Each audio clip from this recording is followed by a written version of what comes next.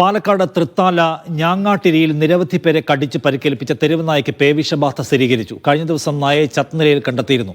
നായയുടെ കടിയേറ്റ് 4 പേർ Palakkad medical college ആശുപത്രിയിൽ ചികിത്സയിലാണ്. സാജിദ് അജ്മൽ കൂടുതൽ വിവരങ്ങളുമായി. സാജിദ്, കുറെ അധികം പേർക്ക് കടിയേറ്റ സംഭവത്തിലാണ് ഈ നായ ചത്തത്. നിങ്ങൾ കാര്യങ്ങൾ കുറച്ച് സീരിയസ് ആണോ?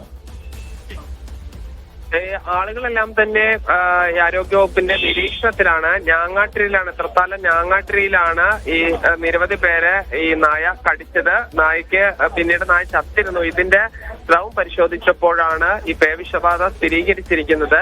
നിലവിൽ 4 പേരാണ് മെഡിക്കൽ കോളേജിൽ ചികിത്സയിലുള്ളത്. ഇവർക്ക് ആവശ്യമായ ഈ ചികിത്സ നൽകുന്നുണ്ട്, മരുന്നുകളും മറ്റും നൽകിയിട്ടുണ്ട്. ആശങ്കപ്പെടേണ്ട ഒരു സാഹചര്യമില്ല. പക്ഷേ ഈ പേവിഷബാധ സ്ഥിരീകരിച്ച പശ്ചാത്തലത്തിൽ കൃത്യമായ ചികിത്സ വേണം ഇവർക്ക്. ബാക്കി ഈ 2 ആളുകൾക്ക് കൂടി കടിയേറ്റിരുന്നു. അവർക്ക് പക്ഷേ ഗുരുതരമായി പരിക്കില്ല. അവർക്കും ആവശ്യമായ ചികിത്സ നൽകിയിട്ടുണ്ട്.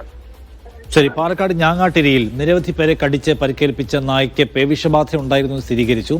കടിയേറ്റവരൊക്കെ ആരോഗ്യവകുപ്പിന്റെ നിരീക്ഷണത്തിലുമാണ്.